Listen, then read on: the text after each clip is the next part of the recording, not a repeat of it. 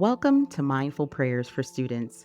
I'm your host, LoVetta Jenkins, and I'm here to give you encouragement, reassurance, peace, and mindfulness throughout your academic journey. I hope that this moment of mindfulness helps you remember just how special you are and how much God desires to bless you through your journey. So, put on your headphones, find a quiet, calm space, and let's get started. Today, my guest is Mellreanna Ferguson, a very young woman who's a cancer survivor and now set to become a surgeon. We talk all about her life, her experiences, what led her to become a doctor, and how you can start your intimate relationship with God by simply having a conversation. Welcome, Mellreanna. Thank you for inviting me, LoVetta. I'm so glad to have you today. So, before we get started, I know all about you, but I want you to tell our listeners about you. So, tell them a little bit about yourself. I was born and raised in Warren, Ohio. I'm 23 years old, pursuing my master's in medical physiology. I'm a family person, so I'm between homework and family and school, so it's just a balance that I have. But I'm really just here to live my life to the fullest and follow Jesus Christ. That's all I'm doing.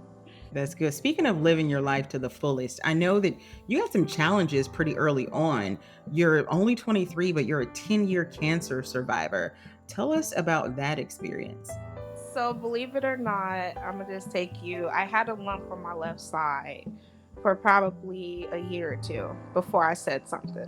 It started off small and then it started growing and growing. So then I'm like, I should probably say something. But I had an intuition that it was already cancer. And I was like, I don't know if I really want to go through this road. So I told my mom. We went to my primary care doctor, and then he said he wanted to send me to a surgeon. Well, the surgeon, after months of going back and forth, we got it done in March of 2014. He did the surgery, did the biopsy, everything. Within like 30 days, he's like, it's cancer. So now we're going to the oncologist, and she says, well, we need to start chemotherapy. We haven't seen this case before. You're the first person in America to have had it. And I'm like, yeah, that doesn't scare me at all. Wow. That doesn't scare me not one bit, but yeah, I was terrified. And so it was just like after that, and after we got the news, my mom had almost a cold blue situation, and she was in the office. Yeah, they were getting ready to call the SWAT team, everything, just to come revive her. But she was just devastated that her one and only child, had cancer. So after that, we started chemo treatments and everything. I did unfortunately lose my dog. He was like my best friend. And I think it was just so much during that time that was weighing on me mentally, because it's like I'm 13. I'm supposed to be enjoying like my introduction to womanhood, and all that's being taken away from me. And oh my God, I was so obsessed with my hair because it was like really long, and I was so upset that I lost it all. But everybody's like, it's gonna grow back, you're gonna get through this. But I promise you, at the time, it did not feel like I was gonna get through it. I was like saying, I'm gonna die, I just don't think I'm gonna make it. And so Easter, I got so dehydrated, I passed out. And my mom was just in shock, and my aunt Sharona, she was just like, we gotta do something. She can't just lay here, So it was emotional time for Easter, but they got me to the hospital. Everything was okay. It's just a lot between going from home to the hospital. Hospital every 2.5 weeks. You got to stay there for 3 to 4 days. And I'm telling you, I was sick of everybody. Right. You naturally had to be. Yeah, and it was like I had just left the hospital, and they called my mom saying that they had to bring me back because my platelets and my counts were all low, and they had to give me infusions. And I was like in tears because I was tired of being a poking bag. I was tired of just seeing doctors and everything. But, I got through it. August 3rd was my day that I became cancer free. And I think that whole journey just inspired me. Like, looking back, it's like, wow, those doctors and nurses, they really cared, because Hmm. back then it was like I didn't want nothing to do with nobody. Right. I wanted everybody to leave me alone. I was just, upset. Hmm. But they really inspired me to want to give back to what was given to me. And I would love to take care of some of the patients someday and tell them I was in your shoes and Right. look at me. So that led you to now being almost Dr. Ferguson. Did you think at the time that, maybe this is interesting and I might want to get into it, or did you have outside influence? I had outside influence, before the cancer and everything. I was probably 8 or 9. And my dad's like, "You're going to be a doctor." And I'm just like, "No, I'm not. That's too much work." I don't want to do all that. And he was like, "You're going to be a doctor." And I'm just like, "Yeah, whatever you say." And I thought he was a little cuckoo, but Right. um, looking back, it's like almost everything in my life my dad said I'm gonna do is happening. He's saying I'm going to be going to college debt free. I'm claiming it now because Right. I ain't Right. listened to him back then, but I'm listening now. So even through all of this, it's amazing that even as a child and growing up, you've been able to keep your faith the entire time. How would you say you were able to do that, especially being so young? Was it the prayers of watching the elders around you, or did you have it for yourself? It was watching the elders around me. I would go to the conventions and everything, and I would go to church, and they would pray for me. My aunts, my great aunts, and my pastor, and my grandparents. Everybody was just always praying for me. And I think seeing them pray for me is like, it gave me hope, because it's like, maybe I can beat this thing.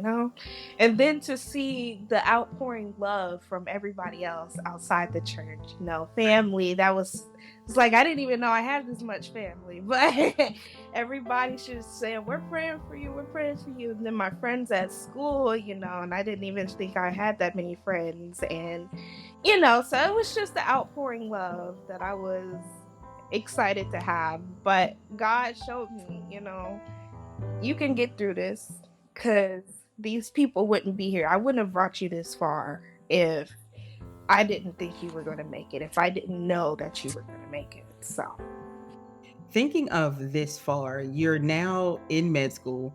You got just about 6 more years to go. How are you still able to maintain a close connection with your faith, with God, and attend churches? And I know I've seen you at conventions. How are you able to do all of this while going to med school?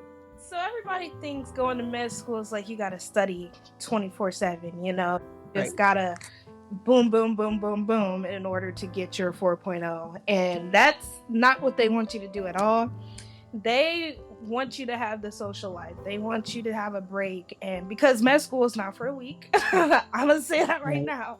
It will have you question your authority or anything. It questions everything you know every time you go into class. But as long as you have a supportive circle, you keep praying to God. It's not like you have to have a "Dear gracious Father, dear God, I come to you," Mhm. but just have a conversation with them. Like, "Hey, man, Right. how you doing?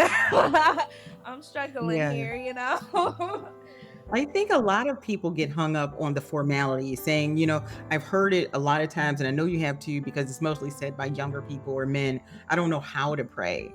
And I always tell everybody, it's not what you think it is. It's simply talking to him. What Right, would you say to your father?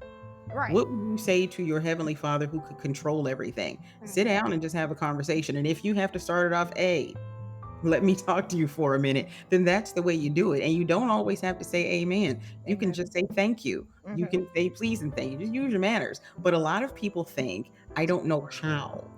And I feel Yeah. that that keeps a lot of people away from it, don't you? Yeah, absolutely. Again, they always get caught up on the formality, and I think that's one huge problem of the world today. They just don't know how to start that conversation with God. And because they see a lot of the older saints like, oh, I have to do it this way. I have to go their route. I have to shout this way. Yeah. I'm going to tell you right now, and I might get some clout for this, but I don't know how to shout. I know how to clap my hands. I know how to sing in the choir. I know how to do all that, dance, whatever, but I don't know how to shout. And that's okay, because Yeah. I sing and I dance, and that is how I connect with God the most, because he hears my voice. He sees how I worship him through my flag ministry, through my miming, even though I haven't done it in a while, but I did do that a lot growing up with the cancer and everything. That's how I expressed myself, and I just felt free, and I felt like God was just always there, in my spirit, making me feel free. You really have to kind of worship in a way that is true to you. Yeah. And that is what's true to you. You are a liturgical dancer, and that's perfectly fine. Waving a flag, it's perfectly fine, and it's good arm exercise. Yeah. So thinking of it, everybody always thinks that you have to have some kind of cookie cutter religion. And in honesty, God doesn't want cookie cutter religion. He wants personal Right. relationship. Mhm. And once people realize that that's more important, I think that things will be a little bit more clear. Right. For college students, how would you say they could go about really starting that personal relationship with God? I'm gonna tell you, that's a toughie, because when I first started out with my faith, not first started out, I'll tell you, my first semester of college, it was like I tried to join these mental health groups, but they weren't with mental health certified people. They were just with the group of us. And not saying that's bad, but when they shared their stories, I felt like the spirits would jump. And for some reason, after the meetings and stuff, I would feel like depressed and everything. And I just remember my pastor saying that spirits can jump. And I just, Mhm. not that I didn't believe him, I just didn't, Had think that. never experienced it, yeah. Right, I never experienced it. So it was just kind of weird for me. But then I started going to church on Sundays, because at the time I was 23 minutes from home. Now I'm an Mhm. hour from home, but I still I still go to church on Sundays, cuz that's what keeps me sane throughout the Mhm. week. But Right. you have to really do what you feel will strengthen your relationship with God. You can't do what I do, because Mhm. this is what I do to strengthen my relationship. You have to do what you think is best for you. So I would say getting that small support system. I have a great support system. um, Mhm. they encourage me, especially the older saints. They were saying, stay in church wherever you go. You don't Mhm. have to go to our church, but find a church and go to Mhm. that church. Right. Because sometimes you just want to go sit and be with other people. Right. Staying isolated is not great for depression and everything, Mhm. but talking with him, going to church, having that support system, doing anything to strengthen your relationship that's fun with God, singing, dancing, Mhm. that all plays a factor into your relationship with God. And I think that's a great thing to do. I think most people would probably say, I don't even know how to do all that. A relationship with God can start right in your bedroom. Open up the conversation. And you know what? Just like there's different genres of secular music, there's different styles of Christian music. You might like Christian country. You might like contemporary. You might like, old school gospel. You might like new gospel. There's something for everyone. Find something that works for you and start your relationship just alone, you and him, and then seek out other like-minded people. Like you said, you tried a different support group, it wasn't a really good fit. You felt a little more weighted down once you left there. You have to find people and ask God to send you people who are going to be like-minded and you can fellowship together, because no one wants to go to a meeting or a support group and you leave heavier than when you went. The goal is to feel lighter, to feel more free. So even if you have to start in your room, start somewhere, start somewhere. And if you don't feel like you know what to say, write it. Mm-hmm. I've always been a big fan of writing things down, because, sometimes you can just really get a thought out on paper. And if you can't write it, hum it, sing it, whatever you have to do to strengthen it or even to begin it. And even if they don't have a relationship with God going into college, you're going to need them while you're in there. Oh yeah. Ain't no Definitely, whether you're going to be a doctor, a lawyer, or even anything else, a social worker, you're going yeah. to need him while you're in there. So it just makes sense. It Yeah. just makes sense to go ahead and start a relationship. What would you say to encourage someone who is, kind of at a point where they don't really know what to do and they're searching for a group of their own? What advice would you give someone, maybe your age, who doesn't know what to do? hmm I definitely say write out your storm just a little bit. You can cry, you can be mad, you can stay isolated, but don't stay there too long. Like Medea say, get your Mhm. stuff and go. Yeah. But I find it therapeutic that you just have to embrace the moment sometimes. You have to cry, you have to be frustrated, you have to not talk to anyone for a minute. But after your little phase is over, you have to start going and doing therapeutic things for yourself. Mhm. Start talking to your family members. Say, hey, I'm struggling. Hey, I'm doing this and that. Now, sometimes they'll be like, you ain't got nothing to worry about. But I be Right. telling them this stuff is not easy. So, No.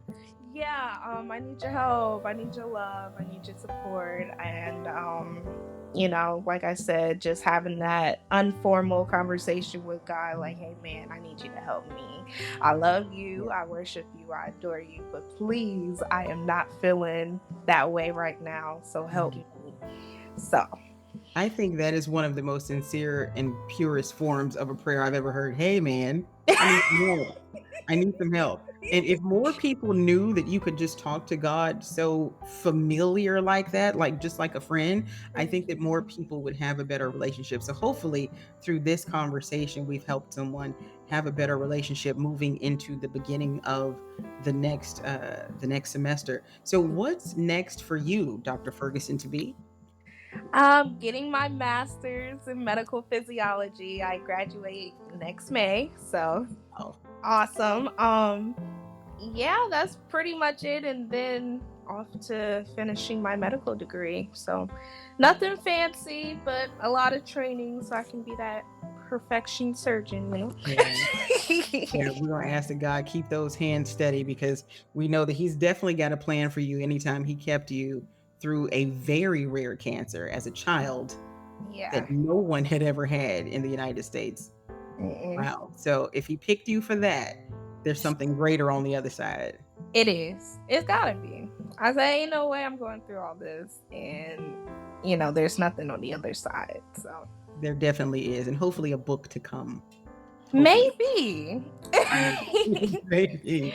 Definitely a book to come. Well, thank you so much for being my guest today, Mellreanna. I appreciate it. Thank you. Thank you for having me. It was so nice to do this with you. Thank you so much for listening to Mindful Prayers for Students. I hope these prayers give you the support, motivation, and the centering you need in your day. I know God is going to do great things in your life, and I can't wait to see where your journey takes you. If you enjoyed this episode, please take a second to rate and review and share it with a friend. You can follow us at We Are Barrier Breakers on all socials or visit our website, barrier-breakers.org, for more faith based education resources.